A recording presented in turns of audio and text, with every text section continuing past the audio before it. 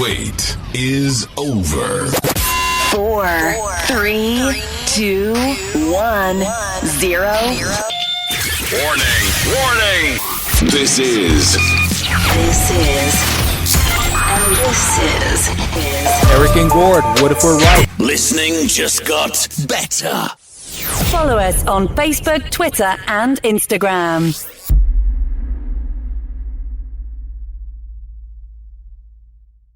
Into the behavior you want, whether it's in a relationship, as I found in The Truth About Marriage, or whether you're a salesperson trying to sell a car to somebody or a house. There are, for example, I'll give you an example. One of the things that salespeople use, psychologists call it a fixed action pattern. When, let's say you go to a car lot and you want to buy a car and the car salesman says, if I can get you that car today at that price, would you take it? And you say, well, maybe. And so, well, follow me. And he turns around and walks into the office. And one of the things that Reggie in the movie teaches the salesman is that when you say that, when you get to a point after the test drive, generally you say, if I can get you this car for this price, would you take it today? No matter what they say, you turn around, you say, follow me, and you turn around. And you don't look back, because then they will follow you into your office. If you turn around and look at them, it's like the spell is broken. And they'll stop. Once you've got them into your office, you continue with this fixed action pattern where everything that you say and do is sort of pre-programmed to get a response from someone who's buying something, and it's like follows a flow chart until you get them to sign on the dotted line. And I'll give you an example. One of the things that a good salesperson tries to do is to train you, if you're the customer, into saying yes. To train your brain into following the pattern that they want you to follow. And so the way they do that is they start nodding and they ask you easy to answer yes questions. Like, do you like to go on vacations to nice places? Yes. Do you like puppies? Yes. Do you like ice cream? Yes. Do you want to buy this car today? Yeah. And they want you to say yes. And if you do that over the course of an hour or 2 hours, it becomes more likely that someone will agree to the questions you're asking them as you're dealing with down payment, payment per month, financing, whatever the question is. And salespeople are taught, I mean, if they have a general sales manager, they're taught these little techniques that work, and because they were discovered thousands of years ago. And so we dramatize that in the movie Suckers. So I guess this brings the question, is there such thing as an honest salesman nowadays? Well, what does it mean, right? What is the question? Is it, if the question is to your partner, did you eat the last cookie? There's a very specific yes or no honest question. Yes, I did. No, I didn't. But in a negotiation, it's not that simple. You want to get something for less, and the salesperson wants you to pay more. And if, let's say, you get what you want and you pay less, you're taking money out of his pocket. And if he gets you to say yes and pay the price he wants, he's taking money out of your pocket. This is the argument that a good general sales manager will make. What's the difference? You're both trying to take money out of each other's pocket. So you come in forearmed as a customer, for instance, with a certain amount of knowledge and ability, and the salesperson is armed with a certain amount of knowledge and ability. And of course, they're probably going to win. They're going to make money off of you. Because imagine you're going to play tennis against Andre Agassi. He's practicing every single day. You're practicing once every 3 years when you're going to go buy a car, maybe every 3, 4, or 5 years. He's got a lot more experience, and so a salesperson is going to make money. They're going to make money off of you because this is what they do, and they're good at it. There are things you can do though as a customer, obviously, to increase your chances at paying a better price and getting a better deal. And I actually, at the website for the film, I put a blog up with the do's and don'ts, what a customer should learn or should know before you go in to buy a car, and what a good salesperson should know. And I mean, primarily what you should know, if you're going in to buy a car, you should learn before you go in, find out what the dealer paid for that car. It's called the invoice price for the car and for every single optional item that you want on that car. So there's nothing left to chance. And then when you are dealing with them, you will say, then once you know what they paid, you can say, I will pay you this price, giving them maybe a $300 profit above the invoice price. They try to get you to start to pay retail or the sticker price, and they're trying to get you to beg for a discount. If you go in and know what they paid and try to get them to beg you to come up from the invoice price, it's a much stronger position than if you're begging for a discount from the invoice price. So it's called dealing from the top versus dealing from the bottom. As a customer, you want to deal from the bottom. As a salesperson, you want to deal from the top. You want them to beg you to for a discount. And it sets you in a different psychological advantage or disadvantage if you understand this before you go in to buy a car. And you'll see this happening in the scenes in the movie. And I am a salesman's dream come true. I fall for all that stuff. And I buy of useless crap because of it. So you know how it works, right? Oh, absolutely. I'm every marketer's dream too. I buy everything. See, I'm a weird one. Being a sales guy and everything else, I'm literally I'm part of both worlds. I love doing the sales. I love that reactionary point of when you get somebody who doesn't know something about a product, you get to teach them about that.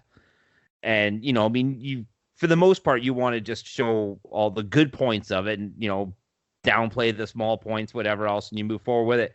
But then being on the other side, where me being a customer walking in, if I go in and I'm introduced to a sales guy who just doesn't really know his game very well, I'll just run circles around him, and I'll usually end up going to buy from somebody else just because, well, he just didn't have the skill set. But you get a guy who's really good at it, much like Eric, I can just get caught up in that, and I'll be, next thing you know, I'm just broke as a joke, and I'm like, great, I got a bunch of crap I didn't need. Fuck. Yeah. I think the trick is to think you're selling something. I don't want to feel like you're selling me something. We're just having a chat, and if I end up buying something, great. Yeah. Well, that's another one of the techniques. I think you're about you mentioned in a conversation into. We had a long time ago when the three of us were just. Yeah, exactly. Now, we were just talking about Wall Street in a conversation we had a long time ago. I think the definitive salesman movie is Glengarry Glen Ross. That is my favorite. Yeah, I would say if I had to pick a film that I idealized the most before making Suckers, I would say Suckers is kind of a cross between Glengarry Glen Ross meets Clerks set in a car dealership. Yeah, absolutely. Such a great film. Well, they're both great. I've never actually even heard of that movie. Actually, I saw a play, this is going back about 10 years ago now. I saw with Eric McCormack in the Alec Baldwin role. Eric McCormack from Will and Grace. Oh. It's a little different when you see it in the theater versus he was in the movie. Alec Baldwin role. Well, I love the way David Mamet does his movies. They almost feel watching them. I think he's a genius at that. Yeah, he's a master of dialogue. I'm just trying to look. I actually, you know what? I've seen the scene. I've seen the clip of the of Alec Baldwin doing his speech to the guys. I didn't realize that was the name of that movie. How about that? I should have actually seen it. Oh, it's great. You're gonna love it. And that's so funny. Movie making. If anyone's interested, State in Maine is probably the best movie about making a movie I think I've ever seen in my life. Yeah, that's a great Mamet film. I think House of Games is among my favorites as well. Yeah, he's just an amazing writer. I'm curious. I'm very, very curious about in Roswell, because it just seems like if there wasn't the alien association, they would still be weird. Yeah, could you repeat the question? Actually, you cut out for a second. Oh, I'm cutting out again. My question is just what it was like to be in Roswell. Just because, opinion, if the alien incident had never happened there, those people would still be weird. Oh, for sure. Yeah, I mean, it's Americana, and that's part of the focus of the film is weird Americana. And this town, Roswell, was known for nothing until about 1997 when they had this big event, this big celebration of this alleged crash. There was an Air Force base there, and that was part of what the town industry was. There's a bus factory, there's a cheese factory, and then it's all desert. Not far from there, though, is what's known as the Trinity site, which is the site of the first atomic bomb test in history. And if you can go there and you can actually tour this site, you can go look at where a bomb exploded and walk around there and look at how the sand of the desert was fused into glass by the heat of the atomic blast. So that, when people started trying to figure out, well, why did aliens come to Roswell? They thought, oh, maybe it had something to do with the fact that we were testing atomic weapons and atomic energy not far from Roswell. And then they had they threw a rod in their spaceship and it crashed. So here's something I've never understood. So in 1994, the U.S. government confirmed. Sorry, Gord, I was talking over you there. Go ahead. Go for it. In 94, the U.S. government confirmed that, in fact, there was no weather balloon. Now they're trying to say it was a U.S. spy balloon. Yeah, that's the most likely answer. What do you think that it was? What they were doing there, the U.S. government in the 40s, particularly like 1947, as World War II came to an end, and the U.S. began to see Russia as their most preeminent adversary.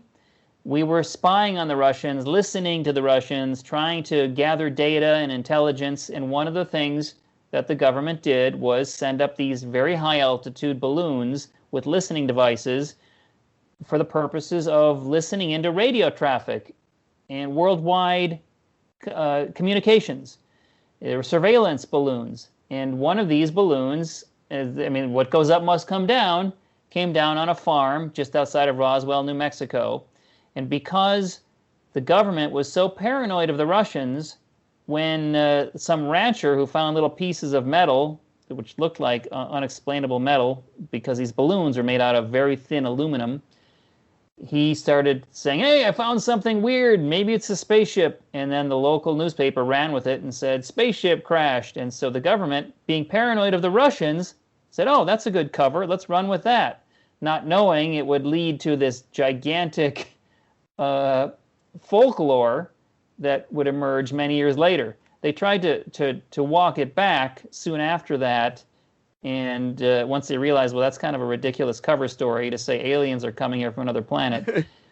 But that's the most likely explanation for what happened in Roswell. Of course, there's many other explanations that some people favor, that there actually were aliens. But that's the likeliest. So I have to ask. So, I've never fully understood the fascination with Roswell when you've got something like the Battle of Los Angeles happened in, 1942. This was like an actual documented thing.